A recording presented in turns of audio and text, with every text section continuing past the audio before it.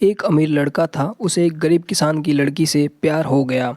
लड़की सुंदर होने के साथ साथ काफ़ी समझदार थी। एक दिन जब लड़के ने उस लड़की को बताया कि वह उससे प्यार करता है और उससे शादी करना चाहता है, तो लड़की ने कुछ सोचने के बाद उस लड़के को शादी करने से इनकार कर दिया, क्योंकि वह गरीब परिवार से रिश्ता रखती थी। लेकिन कुछ समय बाद जब ये बात उस लड़के को पता चली, तो उसने लड़की के माता पिता से बात की और उस लड़की को समझाया।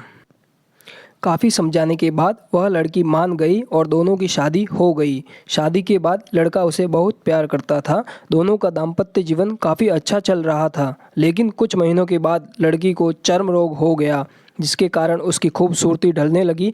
और अब लड़की को यह डर भी सताने लगा कि उसकी खूबसूरती ढलने के कारण कहीं उसका पति उसे छोड़ न दे। लड़की उस चर्म रोग को ठीक करने का हर संभव प्रयास कर रही थी। समय बीत रहा था और लड़की की खूबसूरती धीरे धीरे ढल रही थी।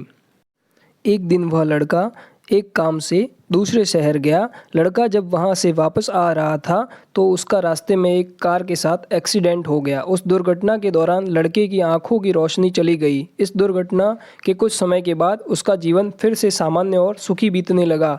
वह लड़की चर्म रोग की वजह से दिन प्रतिदिन कमज़ोर और बदसूरत होती गई। लेकिन पति अंधा होने के कारण उनका दाम्पत्य जीवन ठीक चलता रहा और दिखाई न देने के कारण वह लड़का उससे पहले की तरह प्यार करता रहा। कुछ सालों बाद बीमारी के कारण उस लड़की की मृत्यु हो गई। पत्नी की मृत्यु के बाद वह लड़का अंदर से दुखी हो गया और वह शहर छोड़कर जाने वाला था। तभी उसके पड़ोसी ने उसे सांत्वना देते हुए कहा, अब आप तो अपनी पत्नी के बिना अकेले पड़ जाएंगे। वह आपका काफ़ी ख्याल रखती थी। अब आपका जीवन अंधकार में कैसे व्यतीत होगा। तब उस लड़के ने अपने पड़ोसी की ओर देखा और गहरी सांस लेते हुए कहा, मैं कभी अंधा था ही नहीं, लेकिन मैं यह सोचकर अंधे होने का नाटक करता रहा कि कहीं मेरी पत्नी को उसकी बीमारी और बदसूरती के कारण यह ना लगे कि मैं उससे प्यार नहीं करता। इसलिए मैं इतने सालों तक बिना कुछ कहे अपनी पत्नी की खुशी के लिए अंधा बना रहा। यह बात सुनकर पड़ोसी की आंखों से आंसू छलक आए और वह लड़का वहां से उठकर चला गया।